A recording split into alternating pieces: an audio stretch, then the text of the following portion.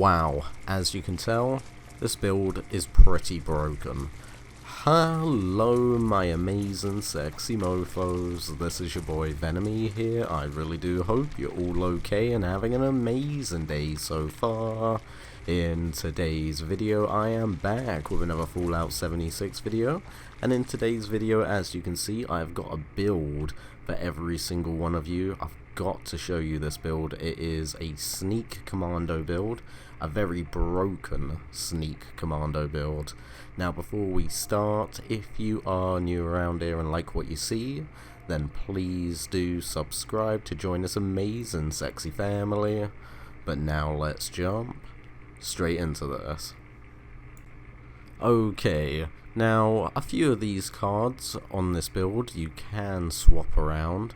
I'll start by showing every single one of you your special, and then obviously the cards, as well as mutations, as well as talking about what you can swap around. So for the special, we're going with 3 strength, 15 perception, 4 endurance, 3 charisma, 6 intelligence, 15 agility, and 10 luck. Set something up like this. Obviously a lot of this is going to be changeable. You can change the intelligence and you can change the strength as well, swap some things around if you so choose so. Here are my legendary perk cards: endurance, agility, perception, charisma, luck and strength, all maxed out, so I've got an extra 5 perk points on all categories there. So to start off with this build, first of all, the main cards that are super important is Sneak and Escape Artist on agility. Everything else, feel free to customize. Now if you are playing with actual friends, other players, then you're going to want Bodyguard on for charisma. Gives you a little bit more damage resistance. If you are playing by yourself though, Lone Wanderer is great. Gives you exactly pretty much the same, 20% less damage, but it does give you a little bit more AP, which can help very much with this build. But obviously if you are playing with friends, a maxed out bodyguard card is more effective than Lone Wanderer. That's if it's maxed out and you're playing with obviously 3 other players on your team, then you will get better damage resistance from that.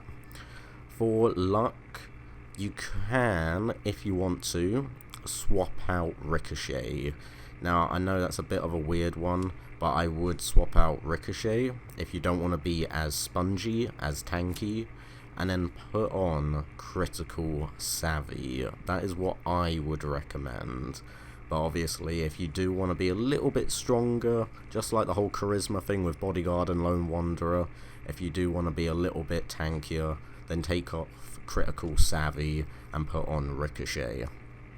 Now, my mutations, just 4 basic mutations. I don't have Scaly Skin for extra defense or anything like that. I don't have Chameleon on. It's just Speed Demon, Marsupial, Eagle Eyes, and Admiral Reaction.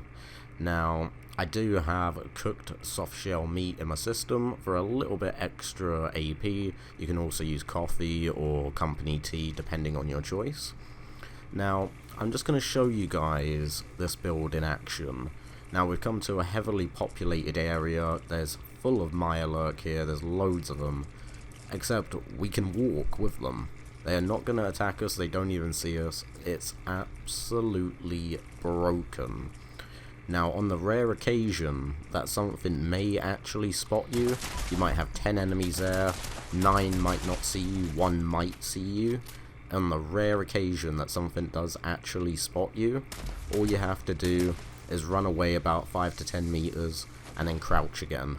Immediately, all the AI, all the enemies will go to your last known location, and not a single one of them will see you. It is broken. OP, broken, whatever word you want to use. But you can literally walk with a Mirelurk Queen, just like you saw in the footage, and nothing will see you. This works with all mobs as well. Super Mutants, Scorched, Feral Ghouls, Wendigo. It would be absolutely fantastic on Colossal. going against Earl with all the Wendigo down there, none of those Wendigo would be even targeting you. It's absolutely broken. Scorch Beasts as well, for example. Scorch Beasts will just be flying in the air. They'll just be flying over you and they won't even see you. It is pretty goddamn insane. That is thanks to Escape Artist and the Sneak card. Now it does work without Sneak, so if you didn't want to have the Sneak card on your agility, you could replace that with Dodgy. If you wanted to be a little bit more spongy, just like the whole Ricochet and Critical Savvy argument, you can take off Critical Savvy, put on Ricochet, and then for agility, for example, you could take off Sneak and put on Dodgy, and you could be a little bit of a tank Sneak Commando build, a tanky Sneak Commando build. But with Sneak and Escape Artist, and then Critical Savvy, you can just sit in a distance, and you can just absolutely go on a critical kill streak, and just annihilate everything around you. As you can see, I was less than 5 meters in front of her there, and the Queen didn't even see me. I stood up on purpose, ran away, she did lock onto me, I then crouched immediately, and then the Queen just lost target of me. It's insanely broken. Here's me winding the Queen up, just taking a shot at it, trying to get it to come to me. It's now locked onto me. I crouch, it then loses contact with me. It doesn't lock onto me anymore. It is as simple as that to avoid all types of enemies. I've just killed the Queen in front of her kids, and the kids aren't even bothered. This is how broken this build is. It is absolutely gnarly.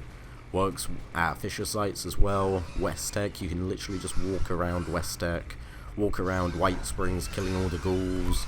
Not a single one of them will be targeting to you. Another event that this build would be amazing on is Radiation Rumble. All the ghouls down there, all the glowing ghouls, for example, not a single one of them would be targeting to you. They target every other player, depending on their build, but you would be completely safe. Now as well, because of our endurance cards and the other cards we've gone for, Bodyguard for example, we are sitting here with a little bit of damage resistance. I didn't want it to be a glass cannon style build. I wanted you guys to be able to have a little bit of damage resistance depending on what armor and what other perks you're deciding to use. So I didn't want you to be made of glass and feel like you're going to die in one bullet. As well as why we've got fireproof on as well, just to counteract the Scorch Beast explosions and everything like that. So I didn't want the build to be weak. So we are sacrificing a little bit of damage for a little bit of damage resistance. So at least we're not a glass cannon, but we can take a hell of a beating. As you can see for yourselves right now as well, if you do get into a situation where maybe you're out of stim packs, because I can happily confess throughout this entire video, the reason why I wasn't healing is because I didn't have any stim packs. So the second I got in trouble, I would just crouch, and then all the enemies around me would stop locking onto me. It'd give me a chance to drink some purified water and heal up. This is what I mean. Try this build out. It's definitely not something for beginners. You would need to be able to have your legendary perk cards all maxed out to be able to use this build at its fullest potential. But regardless of that, you could make a makeshift version of this build for a beginner. As long as you've got Sneak and Escape Artist, it would work without the legendary perk cards, but to have the build at its fullest potential, you would need those legendary perk cards. But I'm going to wrap this video up here and leave you all with the rest of the footage. I hope you all go on to enjoy it. If you have enjoyed anything you've seen, then please do drop a like on the video, it really does help me out a lot. And if you are new around here, please do subscribe to join this amazing sexy family. But I love every single one of you, and I'll see you all in the next video.